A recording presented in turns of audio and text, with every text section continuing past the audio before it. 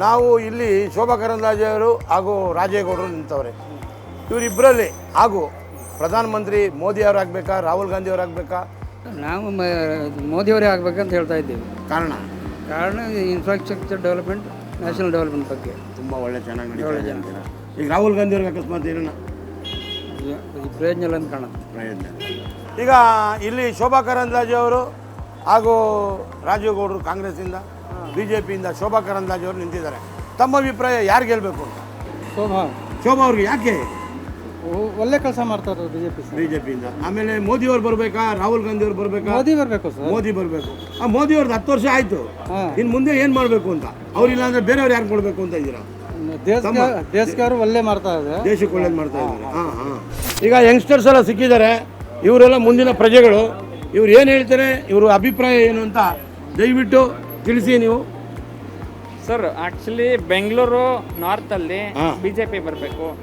ಕಾರಣ ಏನಕ್ಕಂತಂದ್ರೆ ಮೋದಿ ಅವ್ರು ಏನಕ್ಕೆ ಬರ್ಬೇಕಂದ್ರೆ ಬೇಸಿಕಲಿ 2 ಪಾಯಿಂಟ್ ಇದಾವೆ. ಒಂದು ಬಂದು ಅವರು ಇಂಟರ್ನ್ಯಾಷನಲ್ ಬ್ರ್ಯಾಂಡ್ ಕ್ರಿಯೇಟ್ ಮಾಡಿದ್ದಾರೆ ಬೇರೆ ದೇಶಕ್ಕೆ. ಒಂದು ಇಂಟರ್ನ್ಯಾಷನಲ್ ಬ್ರ್ಯಾಂಡ್ ಅಂತಂದ್ರೆ ಇದು ಲೋಟಸ್ ಅಲ್ಲ, ಅದು ಬಂದ್ಬಿಟ್ಟು ನ್ಯಾಷನಲ್ ಎಂಬ್ಲಮ್ ನಮ್ಮ ಇಂಡಿಯಾ ಭಾರತ ಅನ್ನೋದು. ಇಂಟರ್ನ್ಯಾಷನಲ್ ಇನ್ಫ್ಲೂಯೆನ್ಸ್ ಪ್ರತಿಯೊಂದು ಕೂಡ ಎಲ್ಲಾನು ಒಂದು ಬ್ರ್ಯಾಂಡ್ ಆಗಿ ಇದು ಮಾಡಿದ್ದಾರೆ ಮೋದಿ ಅವರು. 2ನೇ ಕಾರಣ ಬಂದ್ಬಿಟ್ಟು ಈ ಪಾಲಿಸಿಗಳು ಏನೇನು ತೊಗೊಂಬಂದಿದ್ದಾರೆ 10 ವರ್ಷದಿಂದ ಅದು ಕಂಟಿನ್ಯೂ ಆಗಬೇಕು. ಇವಾಗ ಕಾಂಗ್ರೆಸ್ ಬಂದರೆ ಸ್ಕೀಮ್ಸ್ ಆಗಲಿ ಪಾಲಿಸಿ ಆಗಲಿ ಎಲ್ಲ ಬಿದ್ದೋಗ್ತವೆ. ಆವಾಗ ನಮ್ಮ ಟ್ಯಾಕ್ಸ್ ಇನ್ವೆಸ್ಟ್ಮೆಂಟು, ಟ್ಯಾಕ್ಸ್ ಪೇಯರ್ಸ್ ಮನಿ ಅದೆಲ್ಲ ನೀರಿಗೆ ಹಾಕ್ದಂಗೆ. ಅದಕ್ಕೋಸ್ಕರ ಅದು ಕಂಟಿನ್ಯೂಷನ್ ಆಗಬೇಕು. ಅದಕ್ಕೋಸ್ಕರ ಮೋದಿ ಅವ್ರು ಬರಬೇಕು. ಈಗ ಇದು ನಾವು ಬರ್ತಾ ಇರೋದು ಲೋಕಸಭಾ ಎಲೆಕ್ಷನ್ಗೋಸ್ಕರ ಬಂದಿದ್ದೀವಿ. ಇಲ್ಲಿ ಇವಾಗ ಪ್ರಧಾನಮಂತ್ರಿ ಯಾರಾಗಬೇಕು? ಇಲ್ಲಿ ಲೋಕಲಲ್ಲಿ ಶೋಭಾ ಕರಂದ್ಲಾಜೆ ಹಾಗೂ ಗೊತ್ತಲ್ಲ ನಮ್ಮ ರಾಜೇಗೌಡರವರು ನಿಂತಿದ್ದಾರೆ. ಮುಂಚೆ ಸದಾನಂದ ಗೌಡರು ಇದ್ದರು, ಈಗ ಬಂದಿದ್ದಾರೆ. ನಿಮ್ಮ ಅಭಿಪ್ರಾಯ ಯಾರಿಗೆ ಹಾಕಬೇಕು, ಯಾರು ಪ್ರೀತಿ ತೋರಿಸ್ಬೇಕು ಅಂತ ನಿಮ್ಮ ಅಭಿಪ್ರಾಯ? ಸರ್, ನಾನು ಹೇಳೋದು ಇಷ್ಟೇ. ಈಗ ಎಲೆಕ್ಷನ್ ಅಂತ ಬಂದಮೇಲೆ ವೋಟಿಂಗ್ ಬಂದು ಪ್ರತಿಯೊಬ್ಬ ಜನಗಳದು ಹಕ್ಕು ಅಂಡ್ ಅದು ಡ್ಯೂಟಿನೂ ಅಷ್ಟೇ. ಪ್ರತಿಯೊಬ್ಬರು ಹಾಕ್ಲೇಬೇಕು. ಹಾಕ್ಲಾರ್ದೆ ಮಿಸ್ ಮಾಡೋದು ಅಥವಾ ನನಗೆ ಈ ಪಾರ್ಟಿ ಇಷ್ಟ ಇಲ್ಲ, ನಾನು ಆ ಪಾರ್ಟಿ ಅವನು ಭೇದ ಭಾವ ಮಾಡಿಕೊಂಡು ಕ್ಯಾಸ್ಟ್ ವೈಸು ಅದ್ರ ವೈಸು ಈ ಥರದ್ರಲ್ಲಿ ಡಿಸ್ಕ್ರಿಮಿನೇಟ್ ಮಾಡಿಕೊಂಡು ವೋಟಿಂಗ್ನ ಮಾತ್ರ ಬಿಡಬಾರ್ದು. ಅದು ನಮ್ಮ ಹಕ್ಕು. ಮೇಲೆ ನಾವು ಯಾರನ್ನ ಕೂರಿಸ್ತೀವಿ, ಅವ್ರು ನಮ್ಮನ್ನು ಹೆಂಗೆ ನಡೆಸ್ಕೋತಾರೆ ಅನ್ನೋದನ್ನ ಡಿಸೈಡ್ ಮಾಡೋ ಹಕ್ಕು ನಮಗೆ ಇರೋದು. ಇದು ಕಾನ್ಸ್ಟಿಟ್ಯೂಷನ್ ಕೊಟ್ಟಿರೋದು.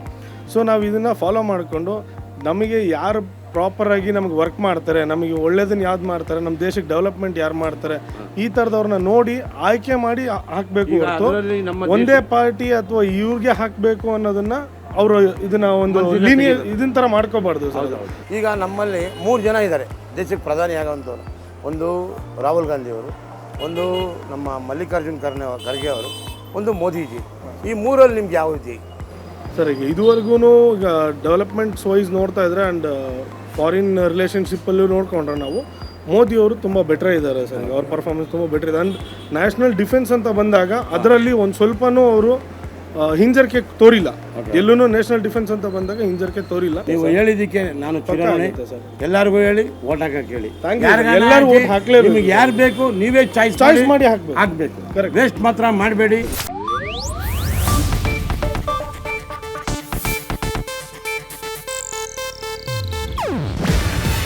ಇದು ಏಷ್ಯಾನೆಟ್ ನ್ಯೂಸ್ ನೆಟ್ವರ್ಕ್ ಪ್ರಸ್ತುತಿ.